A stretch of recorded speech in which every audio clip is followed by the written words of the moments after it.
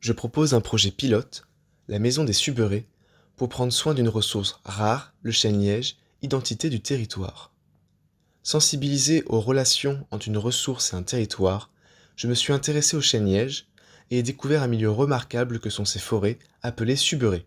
Préoccupé par la mise en danger de cet écosystème, je propose la création d'un pôle fédérateur pour accompagner la transition des forêts face au changement climatique et la mutation du territoire. Créer un lieu de mémoire et de formation aux nouvelles pratiques de la forêt et faire évoluer les modes de vie et les imaginaires associés à un écosystème. Le chêne-liège est un symbole de la mutation des territoires face au changement climatique. Pour le comprendre, revenons tout d'abord au lien entre l'arbre et son socle géologique. En effet, le chêne-liège est une espèce dépendante de roches particulières, comme les granites du massif des Maures, et d'un climat méditerranéen, limitant son aire de répartition à des zones très spécifiques, faisant du chêne-liège une ressource rare et inféodée à son milieu. Le chêne-liège, ce n'est pas seulement une ressource, c'est aussi des écosystèmes en lien avec sa forêt.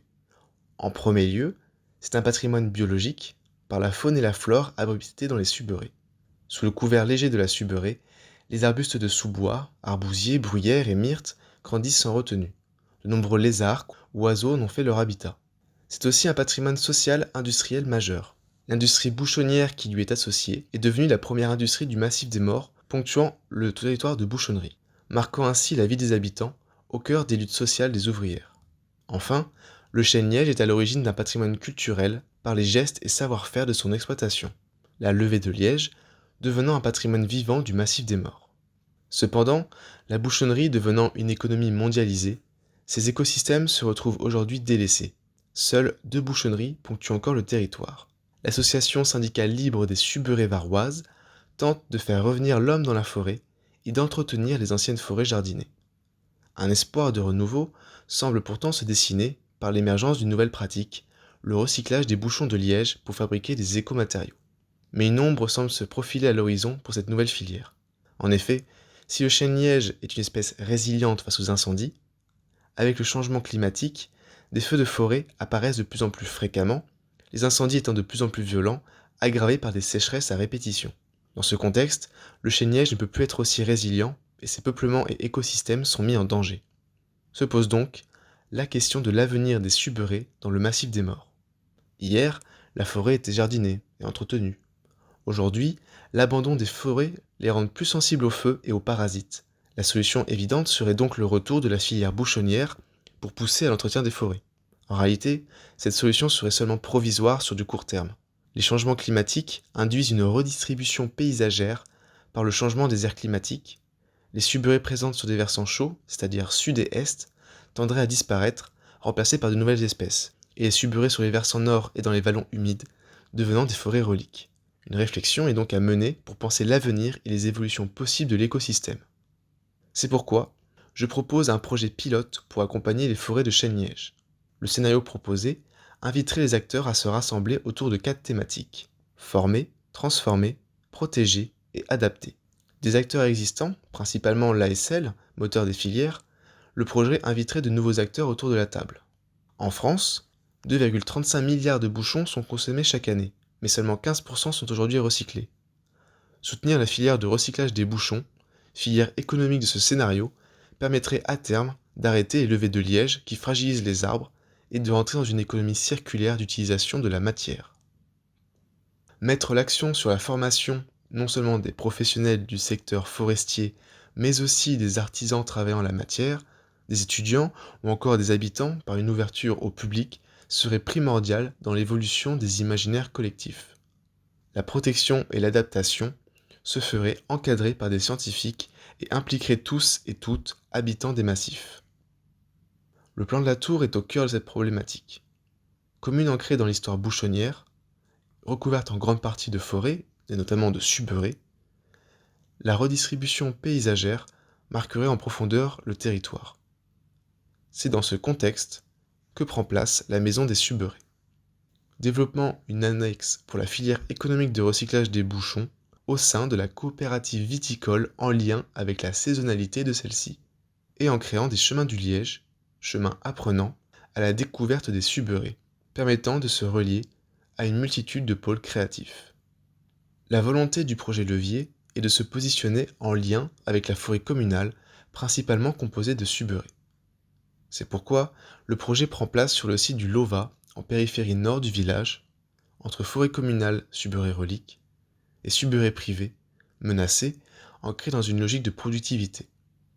Le projet prend place à la confluence des cours d'eau dans l'Amponce, dans le pli du Vallon, en bordure du hameau pavillonnaire de la Bonnego, à proximité de l'axe nord-sud de desserte de la commune, et point de départ de nombreux chemins de randonnée. Le nom du site provient de son passé industriel. En effet, jusqu'en 1930, le site était un point d'extraction clairière au cœur des suberés. Ces forêts jardinées étaient parcourues de nombreux chemins et entretenus. Ce site était un pôle stratégique dans les mines de plomb du massif en tant que laverie centrale des mines prononcées Lova en provençal. Les minerais étaient acheminés depuis les hauteurs, traités à la laverie, alimentés par le barrage, puis transformés et expédiés. De nos jours, le site est devenu une lisière délaissée suite à l'abandon des mines, entre forêt et expansion pavillonnaire, en contraste avec le site naturel par sa logique soustractive. Des traces des pratiques minières et civicoles sont encore visibles de nos jours, anciens réservoirs ou fragments de restanques. Le silence qui règne aujourd'hui contraste avec l'activité frénétique qui devait animer ce lieu. L'abandon du site et la destruction des anciens bâtis et restanques a profondément endommagé les sols, livrant le site à l'érosion et au mouvement de terrain. Le sol, raviné par les pluies incessantes et les cours d'eau capricieux, présente des crevasses profondes qui serpentent comme des cicatrices ouvertes. Le site est encore parcouru par de nombreux randonneurs sur les chemins de randonnée. Le site confronte donc deux histoires singulières. La disparition progressive de la culture des suberés et celle industrielle d'extraction. Ces deux trajectoires questionnent la relation de l'homme aux ressources et leur utilisation en lien avec les milieux. Le témoignage de ces deux disparitions est un atout pour interroger les modes d'habiter, pour imaginer d'autres perspectives. La maison des suberés propose dans un premier temps de venir réparer les sols meurtris en recréant des restanques, de tisser des liens par des itinérances, de révéler les points singuliers de l'histoire du territoire et de rassembler en s'appuyant sur une topographie existante, en créant un mur interface, point central des itinérances. La stratégie architecturale du projet se développe en partant du mur interface de rassemblement, pour jouer l'entre-deux, pour penser le parcours entre plein et vide, accueillir, recueillir et partager différentes histoires, offrir des vues sur le grand paysage, partager les visions du territoire. En plus d'imaginer l'avenir des suberés, le projet propose une découverte de ce qui est déjà là et de ce qui a été, à travers des itinérances dans le paysage, où les indices du passé sont disséminés comme les fragments de l'histoire. L'apprentissage dans les suberés est intentionnellement laissé à l'expérience personnelle, intuitive. Ces cheminements multiples et didactiques permettent de découvrir la typologie variée du territoire, les forêts jardinées à travers les restanques, les traces du passé minier et les vues sur le territoire à travers des observatoires, découvrir l'érosion des sols et du vivant, le cheminement de l'eau, pour tous se retrouver dans la mémoire des lieux. La maison des suberés vient s'inscrire dans ces itinérances pour créer un espace de médiation. Entre hameau et forêt, le visiteur traverse et découvre entre ombre et lumière, passé et avenir. Les espaces extérieurs, en alternance, offrent des bulles de calme et de contemplation. Du côté du hameau, l'espace sportif existant est requalifié et un nouvel espace est créé. Vestiaires et salles d'escalade où les enfants du hameau viennent se retrouver et se défouler. Au centre, on se rassemble pour discuter sous le toit commun et débattre. De part et d'autre, l'ASL Suberé Varoise et la Fédération des communes forestières imaginent le futur des suberés. Le projet se veut démonstrateur du savoir bâtir des artisans et des savoirs de la forêt, offrant différents moyens de s'élever dans la charpente comme si on grimpait dans les arbres. Chaque bâtiment est identique en apparence, mais cache une diversité de structures qui se laissent découvrir. Ici, on vient jouer la légèreté. Sous le toit commun, on joue avec les diagonales. Là, on joue l'entrelacement. Les sportifs grimpent en jouant avec la forme du bois. Le projet développe l'expérience du territoire par la matière du projet et soutient les filières locales, par l'utilisation de bois locaux en différents points de la structure, châtaignier en couverture, robinier pour les fondations et pin d'Alep pour la structure. Le projet utilise de la terre du site à travers des chantiers participatifs pour enclencher la découverte du territoire et des ressources par un mur en pisé, des enduits et des fresques en terre.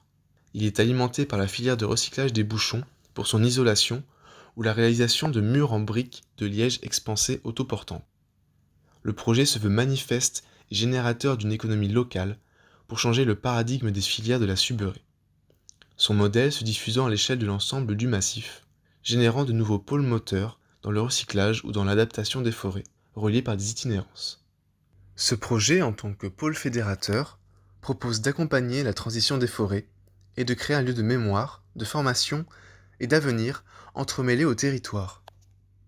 C'est par ces acteurs que ce projet fédérateur prend vie et prend tout son sens.